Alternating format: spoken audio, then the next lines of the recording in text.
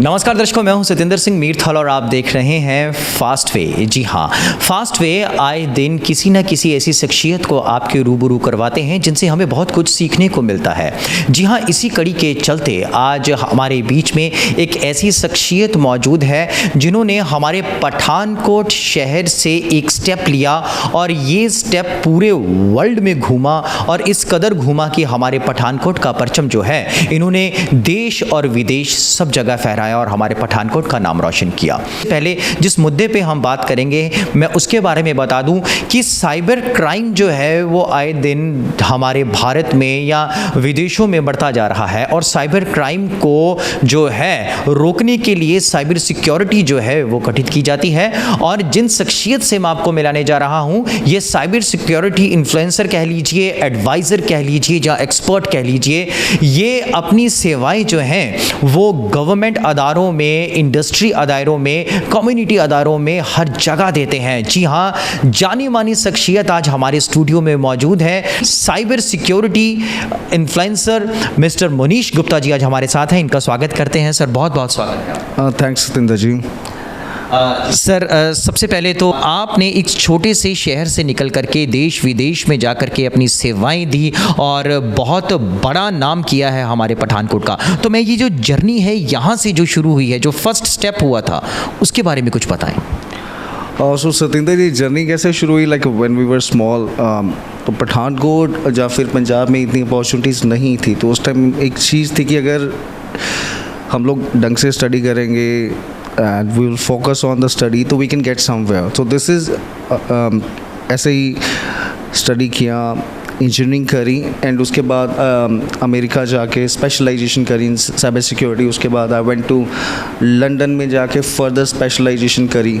तो एक ऑब्जेक्टिव था कि कुछ ऐसा करो कि जो बहुत कम एक्सपर्ट्स दुनिया में हो एंड काम ऐसा हो कि जिसमें आप गवर्नमेंट या फिर community you can touch lives, उनको हेल्प कर सको।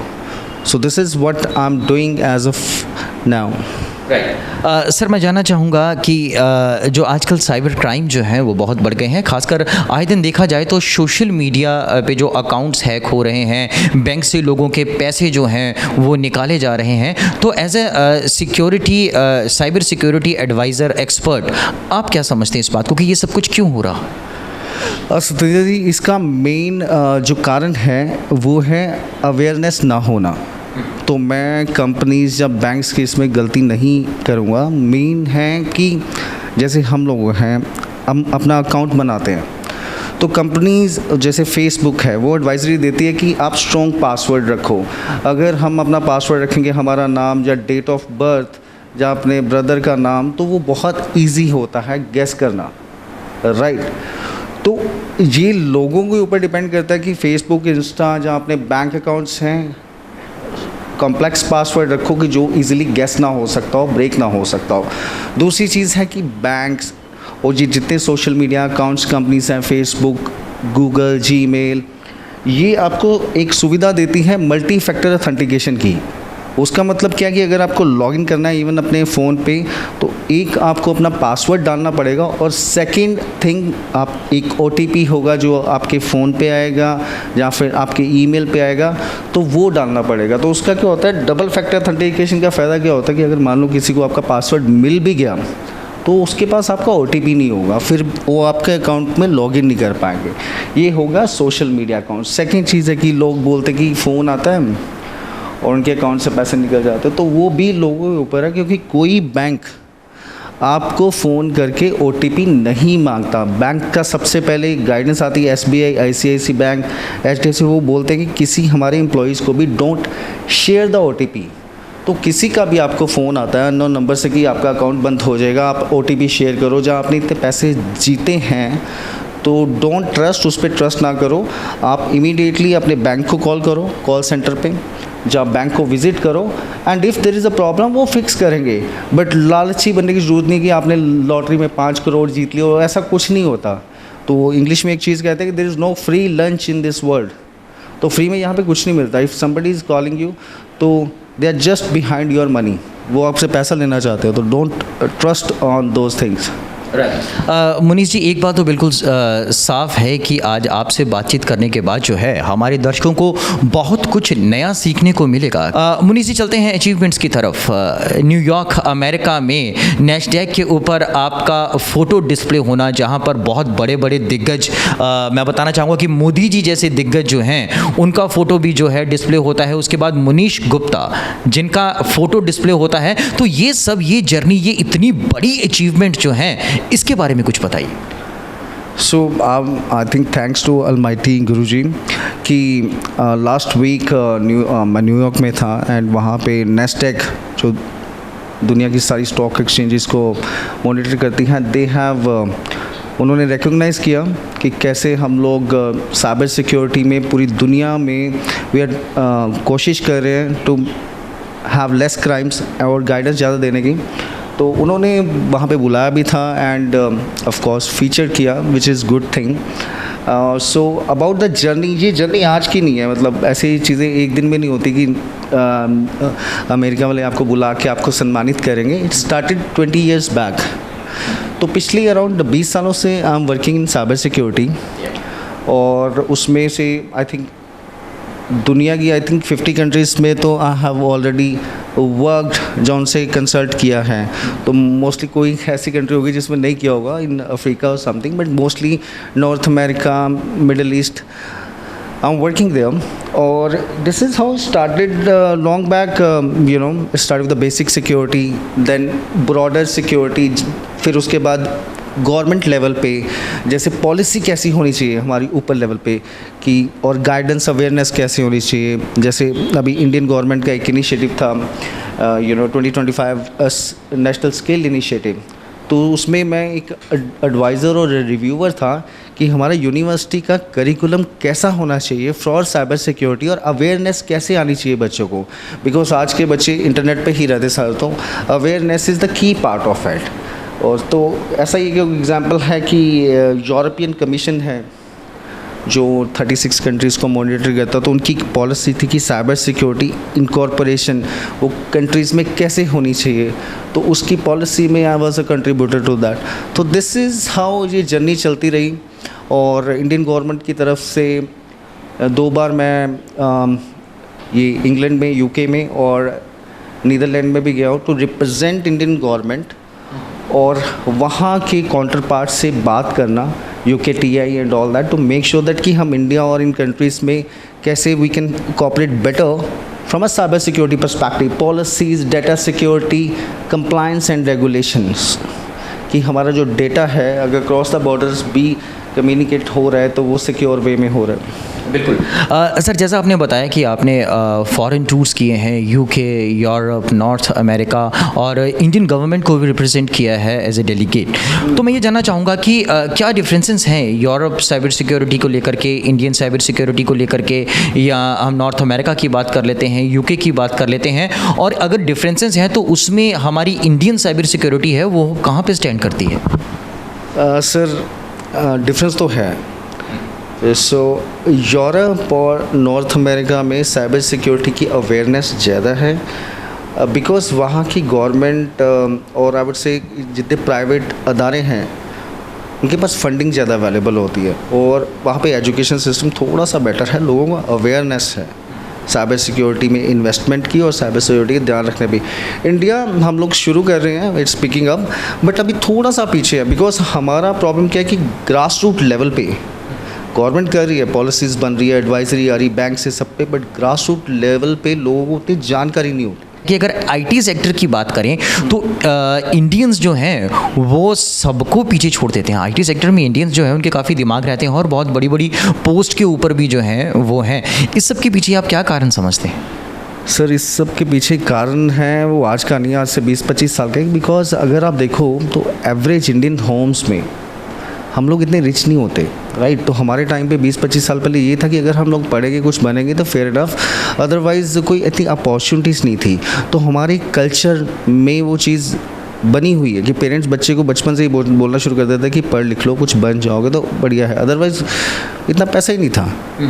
तो वो एक इंक्लिनेशन थी कि जो हमारी जनरेशन को तो बताती थी कि कुछ अच्छा करना है और दुनिया में जाके नाम करना है, तो I think it's more like Indian culture कि जहाँ पे हम लोग सोचते हैं कि डू मोर बेटर नाम करना है, स्पेशली एजुकेशन से। एंड सेकंड है कि हमारा जो एजुकेशन सिस्टम है, be it our universities, be it our engineering college, I would say it's a far better than rest of the world, because हमारा करिकुलम काफ़ी एक्सटेंसिव होता है। तो दैट्स वाई कि जो इंडियन बच्चा है दुनिया में कहीं भी जाके सर्वाइव कर सकता है। तो thanks to the previous governments I would say कि जिन्होंने एक रोड मैप बनाया था इंडिया का एजुकेशन सिस्टम के लिए। राइट सर, एक और भी बात सामने आती है कि ये ब्रेन ड्रेन सिस्टम जो है ये भी है, जो अच्छे पढ़े लिखे जो युवा होते हैं, जो यूथ है, उन्हें जो है फॉरेन की कंपनी उन्हें अपने पास बुला लेती हैं। तो ये ब्रेन ड्रेन सिस्टम है, इसकी कमी कितनी जो है हमारे भारत को महसूस होती है? ब्रेन ड्रेन ये मेरे ख्याल में 10 साल पहले 15 साल पहले चलता था, बट आज के ज़माने में दुनिया बहुत छोटी हो गई है। It's a small world. तो यूके में आप देखो तो अमेरिकन्स काम करें, इंडियंस काम करें, आप अमेरिका में चले जाओ, वहाँ पे यूके, स्विट्ज़रलैंड, ऑस्ट्रेलिया सारे लोग काम कर रहे हैं। It's a small world.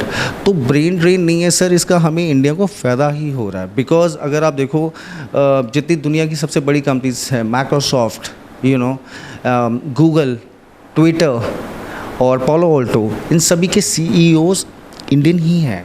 और दुनिया के जितने बड़े स्टार्टअप हैं तो उसमें भी इंडियंस हैं। तो आई थिंक इंडियंस वहाँ पे जाके हेल्पिंग इंडियन इकोनॉमी, बिकॉज वो वहाँ पे जाके ग्रो कर रहे हैं। एंड देन बैंगलोर में, दिल्ली में कंपनीज खोली गई हैं जहाँ पे एक बंदा जाता है और 1000 बंदों की अपॉर्चुनिटीज़ क्रिएट कर रहा है इंडिया के लिए, जिसके कारण आज आप देखो ना इंडिया GDP लेवल पे अच्छा है, लोगों को अपॉर्चुनिटीज़ मिल रही हैं। IT में वी आर नंबर 1। तो इसको नेगेटिव नहीं पॉजिटिव वे में लेके चलते हैं। और दूसरी चीज़ है कि जो इंडियंस बाहर गए हुए हैं इंडिया से, वो कितना सारा पैसा इंडिया में वापस भेजते हैं थ्रू रेमिटेंस। तो विच कंपनसेट जितना हम पेट्रोल से इंपोर्ट करते हैं, अगर वो बाहर से पैसा नहीं आएगा तो इंडिया जितनी ग्रोथ हो रही नहीं, बिकॉज हम लोग अपना बहुत सारा फॉरेक्स, FDI और इनकम पेट्रोल को इंपोर्ट करने में करते हैं। तो I think it's not a brain drain, but it's a good opportunity that we are spreading in the world. नहीं तो हम भी श्रीलंका की तरह हो जाते। राइट सर, अगर हम बात करें आधुनिक युग की, तो आधुनिक युग में आधुनिक तकनीक द्वारा ये जो साइबर सिक्योरिटी है, इसको किस तरह से देखा जाएगा? आधुनिक युग में आई थिंक जो अगले 3-4 साल हैं, द वे जो हम लोग इंटरनेट अभी यूज़ कर रहे हैं ये कम्प्लीटली चेंज हो जाएगा। अगर आप देखो, ध्यान से देखा हो तो फेसबुक ने अपना नाम जो पेरेंट कंपनी है चेंज करके मेटा कर लिया है। तो next big thing is metaverse. वो इंटरनेट को रिप्लेस करने के लिए 3 से 5 सालों में आएगी। एंड द वे, जैसे आप इंटरव्यू करें, हम लोग आसपास बैठे हैं, बट वो मेटावर्स में हमें आप अपने घर में बैठे होगे, मैं अपने घर में बैठा होगा, बट व्यूअर्स के लिए हम लोग एक ही कमरे में 3D में ऐसे बैठे होंगे। और व्यूअर्स भी दे कैन फील कि they are actually sitting room में ही हैं। और जैसे मान लो आपने कोई चीज़ ख़रीदनी है, ईजी डे आपके घर के पास है, आप वहाँ पे जाना नहीं चाहते, आप अपने घर के कंफर्ट से ही वो देख पाओगे कि इस ईजी डे में ये प्रोडक्ट इस टाइम पे, रियल टाइम में इस टाइम पे अवेलेबल है कि नहीं है। तो आप उसको फील कर सको थ्रू सेंसर्स और जो लगे हुए गॉगल्स कि वो 100 ग्राम का है कि 500 ग्राम का, और उसकी कॉस्ट कितनी। You can feel the colour and the flavour that you need. तो आपको जाने की ज़रूरत नहीं पड़ भाई, घर बैठे ही आप उसको देख सकोगे, फील कर सकोगे, कौन सी शेल्फ में रखा और ऑर्डर भी कर सकोगे। तो ये एक नेक्स्ट आई वुड से कि आधुनिक जो चीज़ आप बोल रहे हो आने वाली है और जिस पे काम शुरू हो गया है। आई थिंक जब 5G लॉन्च होता है, पैरेलली यू विल सी कि metaverse is going to change our lifes, health care, education system, retail.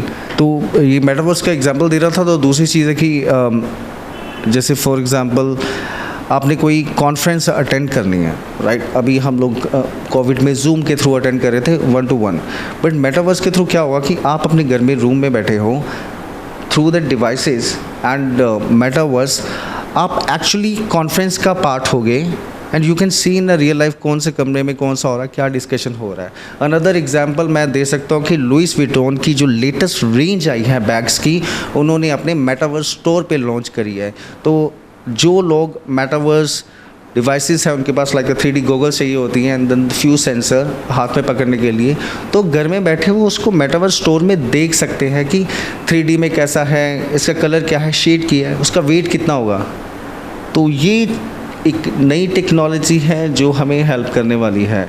तो इसलिए ये अपने हेल्थ केयर, एजुकेशन सिस्टम, सारी चीज़ों को चेंज करने वाला है। सर कोई भी टेक्नोलॉजी है, जैसे मेटावर्स की आप बात कर रहे हैं, तो कोई भी टेक्नोलॉजी है वो अगर अदर कंट्रीज़ की बात करें, यूरोप की बात करें, नॉर्थ अमेरिका की बात करें, यूके की बात करें, तो वहाँ पहले आ जाती है, जबकि इंडिया में बाद में आती है। और अगर इसका दूसरा पहलू देखें तो आईटी सेक्टर में या बड़ी बड़ी कंपनीज गूगल, माइक्रोसॉफ्ट में जो सीईओ हैं वो हैं इंडियंस ही। इंडियंस में बाद में ये जो टेक्नोलॉजीज़ हैं ये आती हैं, जब तक कि वहाँ पर ये बहुत पुरानी हो चुकी होती है और वो कुछ नया सोच रहे होते हैं। इसके पीछे क्या कारण रहता है? इसके पीछे मेन कारण ये है कि इंडिया एक सर्विस बेस्ड इकोनॉमी नहीं है। इंडिया एक एग्रीकल्चर बेस्ड इकोनॉमी है टू स्टार्ट विद, जिसमें अराउंड 60% रिलायंस है एग्रीकल्चर पे। If you take example North America बोल लो या आप यूके बोलो, वो एक सर्विस बेस्ड इकोनॉमीज़ हैं। वहाँ पे एक people invest into R&D, research and development, to come up with the new things. नई चीज़ आती है, वो पेटेंट लेते, पूरी दुनिया में वो जाता है, ऐसे ही वो पैसा बनाते हैं। इवन वैक्सीन का आप एग्जांपल दे लो, हम लोग फॉलोअर, हमारे पास मैन्युफैक्चरिंग कैपेबिलिटी है उसको लार्ज स्केल पे बनाने के लिए, बट हम पेटेंट्स और रिसर्च में इतने अच्छे नहीं हैं, बिकॉज उसके लिए एक इंफ्रास्ट्रक्चर चाहिए होता है और एक it takes years of investment into that. तो वो मैं बोलूँगा कि वो नॉर्थ अमेरिका या फिर पश्चिमी देशों में ज़्यादा है, तो इसीलिए बनती है। जैसे आप कोविड की फर्स्ट वैक्सीन फाइज़र ने लॉन्च करी थी, राइट, और या फिर यूके से एस्ट्राजेनेका ने करी थी, जो फिर इंडिया में कोविशील्ड बन के मास वॉल्यूम पे प्रोड्यूस हुई। तो we are not a research based और द सर्विस बेस्ड इकोनॉमी। अगर यूथ साइबर सिक्योरिटी में अपना करियर बनाना चाहे तो उनके लिए आप क्या कहना चाहें? तो यूथ के लिए एक ही एडवाइस है कि मेक श्योर दैट कि you stick with the basics. आजकल इंटरनेट पे बहुत सारी चीज़ें अवेलेबल है, यूट्यूब पे, रेस्ट इज़ फाइन। एंड लोगों को लगता है, समटाइम बच्चों को लगता है कि मैं पाइथन प्रोग्रामिंग कर लूँगा या ये कर लूँगा and I will be hacker. Fair enough, you will be able to hack कुछ चीज़ें, but start with the basic which is your education, 10th +2 formal engineering degree and then specialization. Because then आपको पता होगा कि कौन से tools या technology को कैसे यूज़ करना, उससे एक बेसिक प्रिंसिपल क्या है।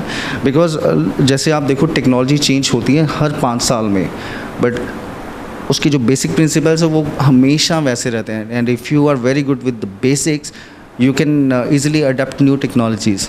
अक्सर देखने में आता है कि मनीष गुप्ता जब किसी फॉरेन टूर में होते हैं तो stand with the prime minister and other celebrities. तो ये चाहे बॉलीवुड सेलिब्रिटी है, चाहे गवर्नमेंट सेक्टर है, इंडस्ट्री सेक्टर है या कम्युनिटी सेक्टर है, तो ये सब अचीवमेंट्स के बारे में कुछ हमें बताइए, कुछ दिलचस्प बातें बताइए। अरे दिलचस्प, आई थिंक अभी जैसे न्यूयॉर्क में वो इवेंट के लिए हम लोग गए थे, तो आई वाज फॉर्चुनेट कि जो दुनिया के टॉप 20 सीज़ो जहाँ इन्फ्लुएंसर थे तो मैं उसका पार्ट था। जैसे वीज़ा कंपनी के सीज़ो हैं, ग्रैंड थॉर्टन हैं, जहाँ US बैंक। तो अच्छा लगता है इन लोगों से बात करके और एक चीज़ देखना कि हाँ हम भी वर्ल्ड लेवल पे हैं कुछ, कि हम उन लोगों से इंटरेक्ट कर सकते हैं और हम लोग एज ए इंडियन अपना पॉइंट ऑफ व्यू रख भी सकते हैं, और जो कि अप्रिशिएट किया जाता है वर्ल्ड लेवल पे। तो this is one example. Second, जैसे 2016 में हम as a part of Indian government delegation we went to UK। तो वहाँ की गवर्नमेंट में बहुत रिस्पेक्ट दिया वुड से, एंड वो लोग नॉलेज को बहुत अप्रिशिएट करते हैं। एंड वो उनको मैटर नहीं करता ये बंदा इंडियन है या अफ्रीकन है या फिर अमेरिकन है, they only respect you because of your knowledge और आप उनको क्या वैल्यू ऐड कर रहे हो। तो मैं फॉर्चुनेट रहा हूँ कि मैंने ऑक्सफोर्ड में लेक्चर दिया है, ब्रिटिश प्राइम मिनिस्टर के साथ मेरे को बुलाया गया for a dinner, and then British parliament में मैंने साइबर सिक्योरिटी पे बोला है। तो वो आपकी रेस और जहाँ आप कहते हैं ना आपका पिछोकड़ नहीं देखते, वो देखते कि आप उनको कितना वैल्यूएट कर सकते हो। तो ये मैंने चीज़ें देखी और रोमांचक होती है कि जैसे ब्रिटिश पार्लियामेंट में आप जा रहे हो, आपको प्रॉपर सिक्योरिटी प्रोवाइड करी गई है, तो अच्छा लगता है, मेमोरेबल मोमेंट्स हैं ये। हम जब भी देखते हैं मनीष गुप्ता को कि वो एक ज़मीन के साथ जुड़े हुए इंसान हैं, अपने काम में तो वो माहिर हैं ही हैं, इंडिया को भी रिप्रेजेंट कर रहे हैं, फॉरेन टूर्स भी कर रहे हैं, काउंसलिंग भी कर रहे हैं, पर उसके बावजूद भी वो अपनी जन्मभूमि, अपनी जो मातृभूमि है उसके साथ जुड़े हुए हैं। तो ये सब कैसे मेंटेन करते हैं आप? इसका श्रेय आई वुड से कि जैसे मेरे फादर साहब की डेथ बहुत पहले हो गई थी, मैं बहुत यंग था, मैं engineering I think pass out करी थी। तो जो मेरे फादर इन लॉ हैं, जब मदर, मेरा कोई ब्रदर सिस्टर भी नहीं था, तो मेरे father in law, mother in law ने मेरे को बहुत ज़्यादा, ये कहते हैं ना कि सपोर्ट सिस्टम, गाइडेंस दिया है। तो जैसे इंडिया से बाहर रहे हैं काफ़ी टाइम, तो वो हमेशा कहते थे कि मनीष तुम्हारे पास पैसा है, इज्जत है, बट ये चीज़ें फिर भी इजी होती है कमानी, बट एक अच्छा इंसान बनना ना बहुत मुश्किल होता है। और अगर आप नीवे बन के रहोगे ना, जो आप रूट से कनेक्टेड होगे, तो आपको कोई हिला नहीं सकता। जिस दिन आप रूट भूल के ईगो आ गई, चाहे अहंकारी आ गई, तो आप ख़त्म हो। तो वो अभी भी जैसे मेरी उनके साथ बात होती है, तो वो यही बोलते हैं कि बेटा कॉन्ग्रेचुलेशन, आपने ये अचीवमेंट करी, पर नीवे होके रहना। तो हम उनको फॉलो करते रहते हैं। End of course my wife is behind my back for everything what I have achieved. इस सब के बीच में परिवार को समय देना जो है वो बहुत मुश्किल है, मैं समझ सकता हूँ, क्योंकि बिजी लाइफ हो जाती है। तो ये कैसे मेंटेन करते हैं? कभी ऐसा होता है कि वाइफ नाराज़ हो जाए या बच्चे नाराज़ हो जाएं, और कभी फिर सोचना पड़ जाता हो कि यार काम भी ज़रूरी है और फैमिली भी ज़रूरी है? नहीं सर, सच में ऐसा बहुत बार हुआ है। इनफैक्ट मैंने वो करवा चौथ के व्रत पे वो रात को करते हैं ना कि ऐसा करना होता, तो मैंने बहुत बार मिस किया है, बिकॉज मैं एयरपोर्ट पे स्टक कर गया था। तो बट मेरी वाइफ, आई थिंक उनको पता है कि पर्सनल चीज़ें हैं, इंटेंशनल नहीं होता। और if Munish is outside India, कुछ ज़रूरी चीज़ों के लिए कि जो चाहिए। अच्छी बात है कि घर वाले समझते हैं। अब शायद उनको आदत होगी, बच्चों को भी आदत होगी कि हाँ, कई बार स्कूल जाएंगे तो शाम को आएंगे तो पापा घर में नहीं मिलेंगे। अच्छा, पीएम सिक्योरिटी की आपने बात की। जब पीएम सिक्योरिटी के बीच में एज ए डेलीगेट आप रहते हैं, तो जिम्मेवारी कितनी बढ़ जाती है कि इंडिया को रिप्रेजेंट कर रहे हैं, काम भी देखना है? सर जिम्मेदारी क्या होती है, बिकॉज आप अपनी कंट्री को रिप्रेजेंट कर रहे हो। तो जैसे आपके काउंटर पार्ट है, जैसे for example I represent cyber security, then there is other counter part which represent financial sector. तो हाँ, जब हम डेलीगेशन का पार्ट होके जाते हैं, तो रिस्पॉन्सिबिलिटी की वट एवर द वर्ड्स, जो कुछ भी मैं मुंह से बोल रहा हूँ वो सोच के बोलना है, बिकॉज वो वर्ड में आई एम रिप्रेजेंटिंग इंडिया। तो we have to be very careful with हम कैसे बात करते हैं, वहाँ पे क्या करते हैं, बिकॉज वो एक India as a image represent करता है। तो वी कांट टेक चांसेस। तो बहुत बड़ी रिस्पॉन्सिबिलिटी होती है, और मेन रिस्पॉन्सिबिलिटी होती है कि इंडियन गवर्नमेंट की, कि उन्होंने हम पे ट्रस्ट किया होता है। ये थे मुनीश गुप्ता जी, जिन्होंने बहुत ही बढ़िया तरीके से हमारे यूथ को ये बताया है कि अवेयर होना बहुत बड़ी बात है, और एजुकेशन जो है वो मस्ट है। हमारे लिए बहुत खुशी की बात है कि आज ये हमारे स्टूडियो में थे और इन्होंने हमसे बात की, और बहुत बड़ी और बहुत अच्छी और उम्दा जानकारी जो है इन्होंने हमारे साथ साझी की। यही बात है कि मुनीश गुप्ता जो हैं वो आज पठानकोट का, हमारे पंजाब का, भारत का नाम जो है वो विदेशों में भी रोशन कर रहे हैं। मुनीश जी, एक बार फिर से आपका बहुत बहुत थैंक्स, आपने समय निकाला, इतनी व्यस्तता में से हमारे स्टूडियो में आए, हमसे बातचीत की, दिल की गहराइयों से धन्यवाद। Thank you Satyendra ji, and to the Fastway team for hosting me, thanks a lot. तो ये थे Munish Gupta ji, cyber security influencer, जिनसे हमने बात की। तो अगली किसी और शख्सियत के साथ हम आपको बहुत जल्द रूबरू करवाएंगे। आप देखते रहिए हमारा विशेष प्रोग्राम। फास्टवे पठानकोट की हर खबर को सोशल मीडिया पर देखने के लिए आप Fastway news Pathankot YouTube channel, Facebook page को लाइक कीजिए, ट्विटर और इंस्टाग्राम पेज को फॉलो कीजिए, और Fastway news Pathankot YouTube channel को सब्सक्राइब करना ना भूलिए।